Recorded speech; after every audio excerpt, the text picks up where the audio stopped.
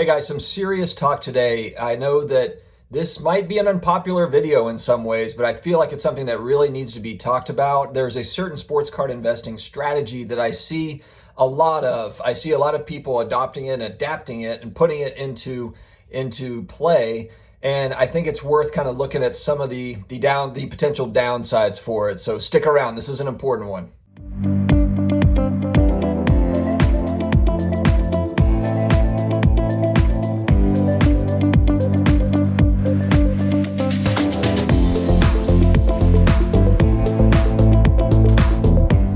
Sports card collectors, investors, all of my collectibles friends, thank you very much for joining me for another video here today.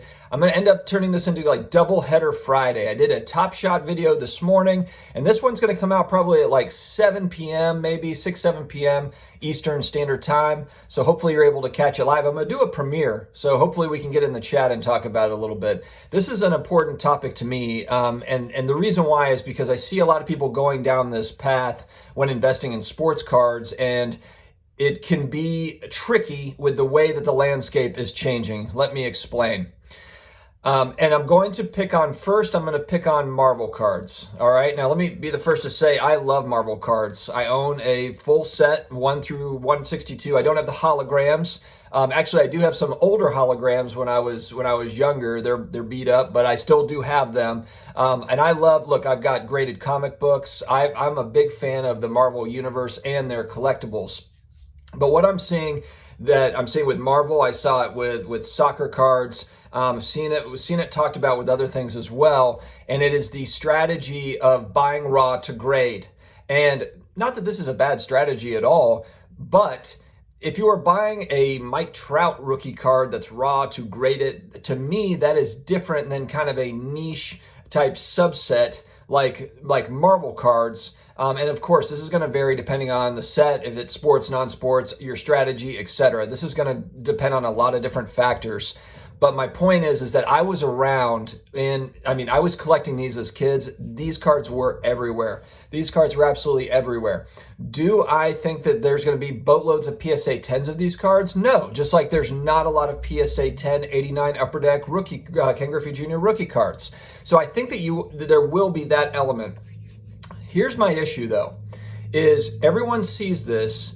And I've seen this on multiple different places online where there's a big rush to get these Marvel cards to PSA because people are seeing them being sold at $1,000, $2,000 for a PSA 10. There's unopened wax for thousands of dollars a box, which is amazing. It's absolutely amazing. I'm sure the people that were holding those over time are like, what's going on? But here's the deal. The PSA 10 pricing, a lot of the reason why it's $1,500 or $1,200 for a PSA 10 1990 Impel Thor or a Spider-Man is because the pop report is very, very low. It's very low across the board, meaning that you can only get a certain amount of not just 10s, but 9s, 8s. There's just not many graded cards. Now, there's going to be a lot of graded cards. People are sending in a lot of these Marvel cards because they're widely available.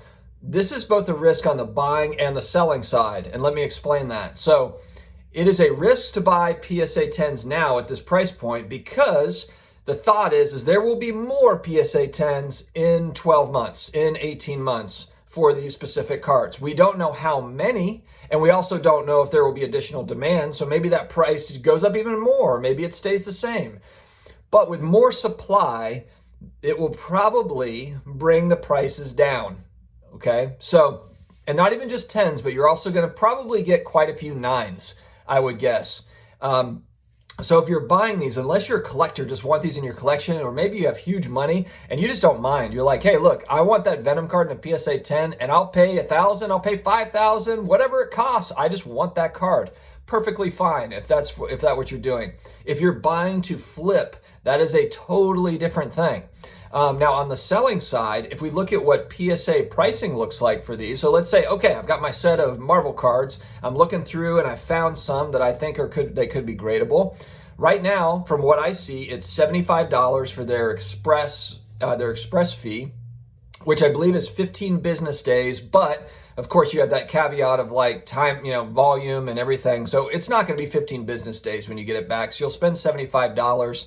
And look, if you could get it, if you could spend $75 and be guaranteed 15 business days, then maybe that would be fine. I mean, maybe that would work out fine. What I see and hear a lot of people doing, though, is they're spending $200 on the Super Express to get it back in, 2 weeks or 3 weeks or something like that. And that takes, so it's the risky piece is you really have to know what cards are going to get close to a 9 or a 10. You've really got to know what you're doing. These cards have, they're condition sensitive, just like a lot of those types of cards. Centering is always an issue. Plus, even if you know what you're doing, you really don't know what you're going to get back. So if you're spending $200, and maybe if you're buying Marvel cards now, they're a lot more expensive than they were 3 weeks ago. So I guess that's another kind of variable. Did you buy these cards dirt cheap and now you're looking to grade? Then maybe that works fine. If you're spending, I don't know, $25 to get an Iceman, and then you're sending it in, and so you've got some added costs, then you're taking on added risk. I think there's going to be a lot of people that think they know what they're doing, and they're going to go in thinking they're going to get 10s or even 9s, and they're going to get 7s and 8s. That's what I think is going to happen. In the 7 and the 8, then it becomes kind of like, like a 7. Is that the equivalent of what maybe the raw cost is?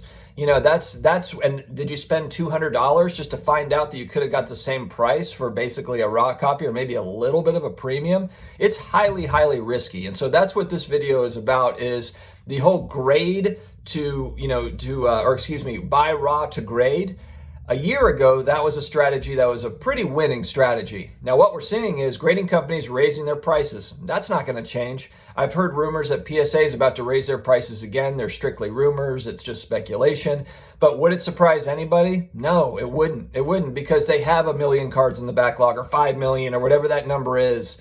And I just don't think that even with Nat Turner coming in and making some fairly quick changes, I don't think there's going to be anything major that happens over the next 6 months that's going to speed up that process. So if you're doing this for, if you have kind of a long-term game on it, maybe you got the cards at a very inexpensive price and you believe in a year there's going to be demand for it, and you're going to go in and just kind of pay more of that, the $25 fee or whatever it is, and just wait on it for a year, then that's kind of a long-term strategy that could be workable with. But what I'm seeing a lot of is people finding out, oh, this is hot right now, and then making the move to then go ahead and get those cards graded and pay whatever it takes, to pay that $200 because we're going to make $1,000.